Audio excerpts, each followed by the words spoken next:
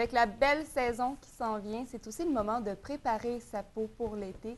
Et pour justement nous parler de différents traitements, mais plus précisément de microdermabrasion, aujourd'hui, j'ai Lucie Roberge. Bonjour. Bonjour.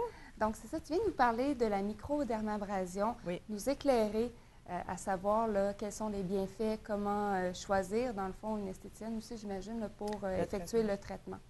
D'abord, la microdermabrasion, ce que c'est une exfoliation en profondeur. C'est pas du domaine médical. On traite vraiment la peau en profondeur, mais c'est avant de passer à une étape plus élevée.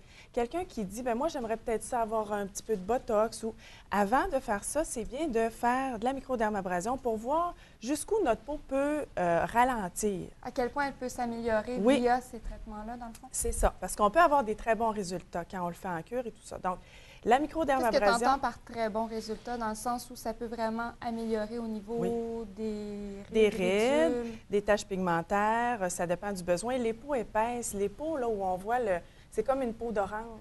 Les ostiums très dilatés, ça fait vraiment du bien. C'est des traitements qui sont extraordinaires pour ces peaux-là aussi, mais c'est vraiment, ça dépend du besoin. Okay. Donc, c'est une exfoliation qui est en profondeur. On va enlever les cellules mortes en surface.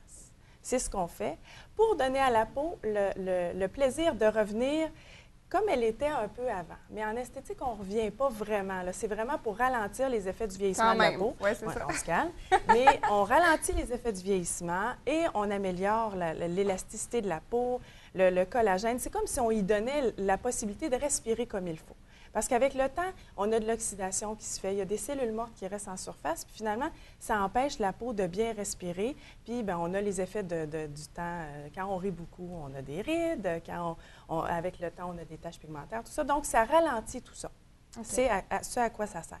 Donc, c'est, disons, plus efficace que le facial régulier. Oui, oui, absolument. On peut remplacer le facial régulier par ça quand on a un besoin de stabilité au niveau de notre peau, on peut décider, bon, bien moi, là, au lieu de me faire 4 faciales par année, je me fais faire 2 microdermabrasions et 2 faciales. Donc, ça fait vraiment bien. Et ce que ça va faire sur une peau qui n'a pas nécessairement besoin de cure ou de traitement, ça va faire l'effet d'un coup d'éclat. OK. Ça fait vraiment bien. On se regarde dans le miroir, c'est comme si on avait mis un fond de teint. On enlève toutes les impuretés qu'on a sur le visage. Ça fait vraiment bien. Ça éclaircit le visage. Ça fait un beau ménage du printemps. Oh oui, on se sent vraiment bien. Ensuite, on peut y aller en cure. Quelqu'un qui veut vraiment, pour les rides, les ridules, les taches pigmentaires, c'est en cure qu'on le fait. Qu'est-ce que ça veut dire en cure? C'est 6 traitements au moins. C'est aux 28 jours. Donc, on laisse le temps aux cellules de revenir parce que ça prend 28 jours au renouvellement cellulaire. Donc, quand ma peau est redevenue comme, après 28 jours, elle est revenue comme elle était un petit peu avant, mais avant qu'elle reprenne ses vieilles habitudes, j'en fais une autre.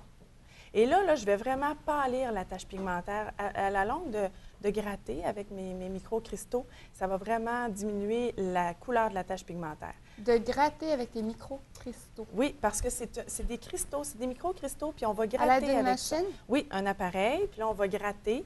On fait ça sur l'ensemble du visage. C'est un petit peu agressant. Mais quand on aime ça, des traitements là, forts, puis qu'on veut vraiment avoir l'impression de nettoyer, c'est super efficace pour ça. On a vraiment l'impression du vrai gros ménage du printemps. C'est ça fait du bien. Donc, le traitement, c'est 6 traitements aux 28 jours. Ou aux 21 jours si on a une peau très épaisse. Ça peut bien faire aussi. Les peaux d'orange, les hommes, c'est efficace aussi. Ça fait vraiment bien. On accumule beaucoup. Puis, est-ce qu'il n'y a pas des risques au niveau, justement, d'affiner la peau? Bon, les peaux très fines, très minces, on va faire une semaine plus tard. Oui, c'est ça.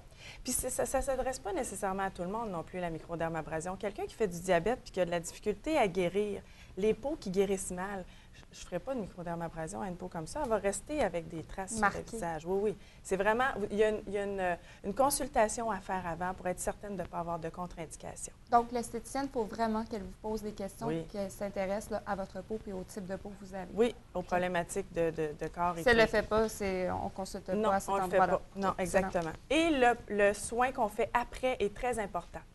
Parce que si je veux réduire mes rides puis que je ne mets pas de crème anti-rides, de soins anti-rides, de sérum anti-rides après, bien, c'est comme une exfoliation tout simplement. c'est important d'avoir des bons produits après, puis on fait un grand nettoyage, mais c'est le temps de donner les crèmes nécessaires à la peau. Là. Elle est prête à recevoir tout ça. Donc, c'est vraiment la combinaison des deux qui va donner le meilleur résultat. Exactement. Puis, au niveau des... généralement, les questions que nous, on doit poser, c'est un petit peu tout ça, dans le fond, quand on va rencontrer la première fois l'esthéticienne. Oui, exactement. Puis lui expliquer qu'est-ce que vous voulez. Oui, parce que c'est ça, si elle ne le sait pas, elle ne pourra pas nous donner un résultat là, optimal. Non, exactement. C'est important de donner l'information de ce qu'on veut, puis pour avoir un bon soin, les tâches, tout ça, parce que l'esthéticienne peut voir une tâche puis dire, bien là, tu viens pour une tâche, mais c'est peut-être pas ça le problème. Non, c'est ça, il faut vraiment un résultat, il faut être honnête. Hein? Oui, il faut être honnête, puis il faut répondre aux besoins de la cliente, c'est important. Puis au niveau, est-ce qu'il y a des machines différentes? Comme, tu sais, quand on a parlé du laser, je pense qu'il y avait différents modèles, tout ça. Donc, j'imagine qu'il y a des modèles plus performants, d'autres moins. Oui, puis il y en a qui sont avec des microcristaux de corindon, il y en a qui c'est avec des pointes de diamant. C'est toutes des technologies qui sont bonnes. Il faut juste que ce soit bien fait. Il faut que ce soit bien appliqué parce que la peau, c'est quand même important de bien la traiter pour que ça ne laisse pas de traces, qu'on n'ait pas des roues de tracteur pendant 2 mois dans le visage, là, parce que ça peut faire ça aussi. Dans le cou, c'est fragile, donc il faut faire attention. Donc vraiment, là, bien choisir son esthéticienne. Oui, puis on peut faire des tests aussi. On peut demander de faire des tests pour savoir la guérison de notre peau. Bien, merci beaucoup. Toujours agréable de te voir pour ces conseils beauté, santé. Bien, ça me fait plaisir. Merci. On se revoit, nous, avant la fin de la saison. 1er juin. Oui. C'est là.